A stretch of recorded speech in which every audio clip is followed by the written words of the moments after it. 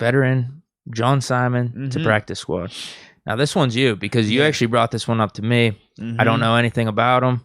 This one never even crossed my radar to get any of my attention. So you said you like him, though. Yeah, I do, man. With John, he's been around the league for a while, and I think he came in 13. It was either 12 or 13 when 31. He came in. Yeah, but he's played for a couple of teams. He was in New England, Baltimore, Houston, and one other place. It might have been Indy. Titans this offseason. Whoa, good timing.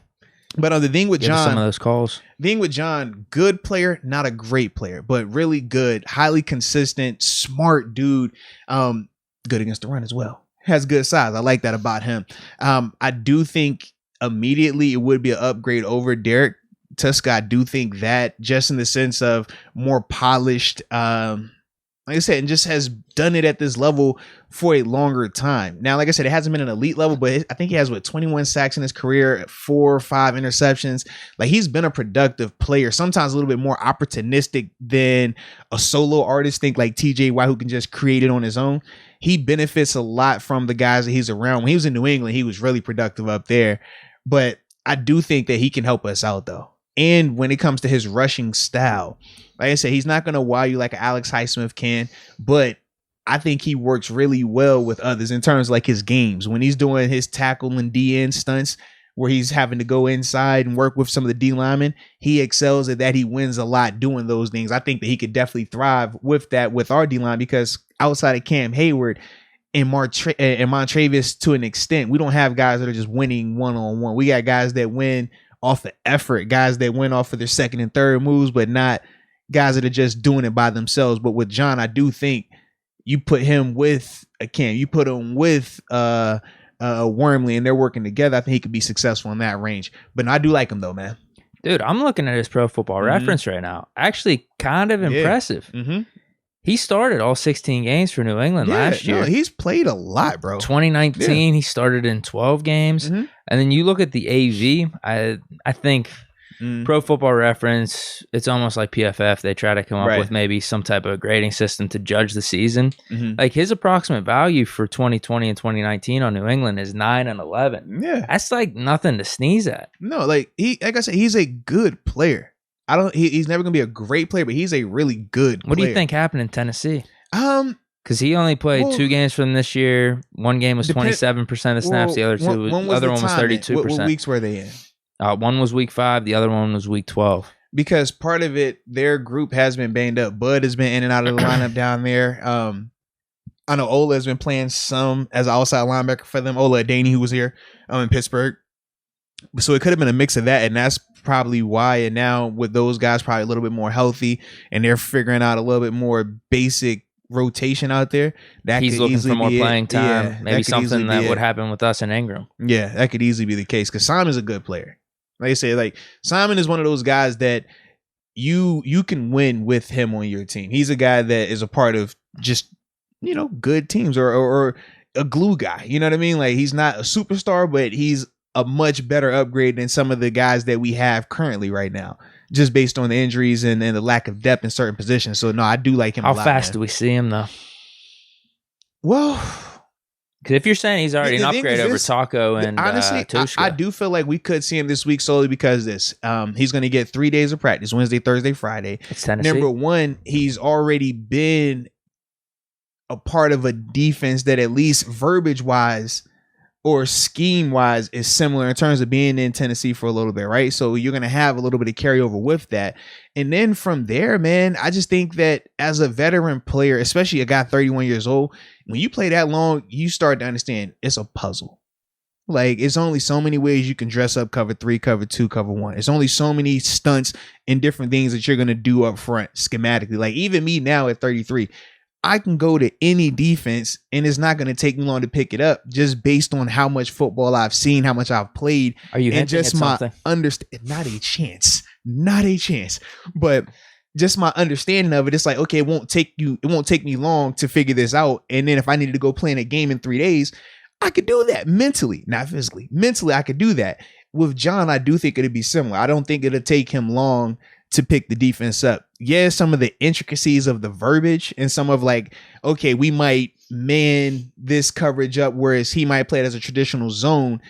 You know, those are the little intricacies, but as a whole, that doesn't take as long to catch on, which is why a guy like Joe Schobert, remember how he came in and was able to hop right in green dot. Now, the on-field play hasn't necessarily been to the level that we want, but in terms of blown coverage, we don't see a lot of that with Schobert, because mentally, when you play long enough, it all is the same. Like you said, it's like pizza. How many ways can we change up pizza? At the end of the day, it's still just pizza.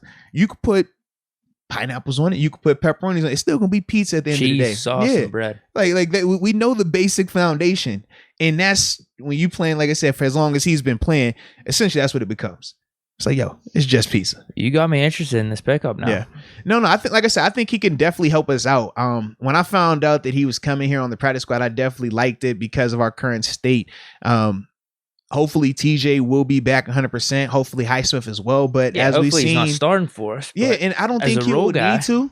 He can't. He's definitely capable of starting though. Like he's capable of starting. He's not going to give you jump off the screen productivity, but better than what we've got at least. Think how Wormley plays for us, and just a little bit better. So fine. So like I said, super consistent is going to make every play that he's supposed to make, and he might give you the occasional splash. That's him. That's who Simon is. Like I said, really good dude though. Like he will help us. Okay. He will help us. I'm excited. Hopefully we see or at least he should help us. Hopefully we see him a little bit. Revenge game against the Titans. Could he pull a Marshall on the Titans? Hey man, you just no taunting. Don't stare down their sideline. Maybe Bud could do the stare down to us or Ola. One of those two dudes. Is Bud playing? Because he's been I don't banged know. up. He's been on. I thought they put him back on IR. I thought because he's been hurt like the whole time down there. And it wasn't the knee either. It was initially he was on the PUP list because of the knee, but when he came back, he had like an oblique, some of his like abs and stuff. Doesn't look like anything right now. So Mike Vrabel says Bud Dupree progressing. Activation from IR will be based on personnel standpoint. Yeah. That was 4 hours ago, so it's still up in the air, I guess. So revenge game for Ola Adeni. There we go. He'll be fired up, ready to go. Ola versus Simon. Yeah. Who has the better revenge game? There we go. Hopefully Simon plays. At least just get some snaps. I'd rather have Watt and Highsmith healthy, but if he's going to fill in for 20%. Put like this, if the full gamut is healthy, I could still see him potentially getting a helmet. If the full gamut isn't healthy, he definitely gets a helmet because you're not going into a game after this many weeks of seeing what you've seen when TJ and Highsmith aren't out there and the drop-off that comes with that. I just don't see how you would feel comfortable with a guy like John on your roster now, not giving him an opportunity. You put him on practice squad now because it's the beginning of the week. You don't have to put him on active. You don't have to do anything drastic.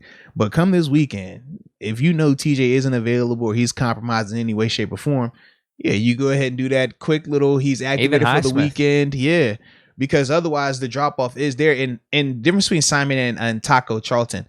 Taco is a better athlete. Taco's bigger, long, rangier. But Simon's a better player. And you've heard me talk about that before in terms of one guy has more potential. One guy is just a guy who produces. Yeah. So with Taco, yes, he's going to pass the eyeball test and he looks really good in certain things. But as a whole, he's nowhere near as productive or has been as productive as Simon has been. And that's why for me, I'm like, I would still put Simon out there over Taco too. Just because he's more well-rounded. He could play run, pass. He could drop in the coverage. He's a good player.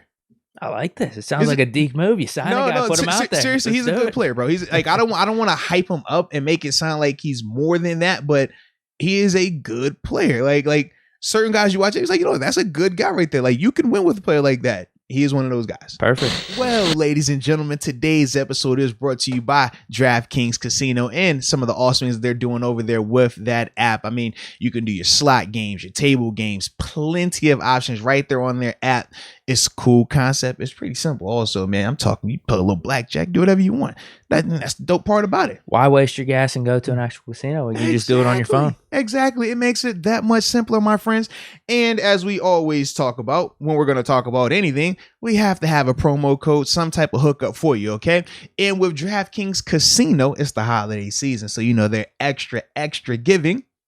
If you use the promo code MOATS when you first sign up, you will receive $2,000 in deposit bonus money. Essentially, You put in $2,000, they'll put in an extra $2,000. You put in $1,000, they'll put in an extra $1,000. Whatever you do up to $2,000 on your initial deposit, and you put that promo code MOATS in, DraftKings Casino will match it. It is a awesome concept. So stop wasting time.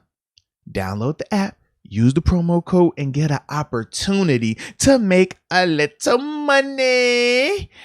But what we do know is this, though, Deke. Sometimes people struggle with, gambling. Yeah. Sometimes you might need crisis counseling. Sometimes you might even need referral services, Deke. And you know what I would tell them? What's that? If you have a problem, you better call 1-800-GAMBLER. I say 1-800-GAMBLER. I say 1-800-426 2537.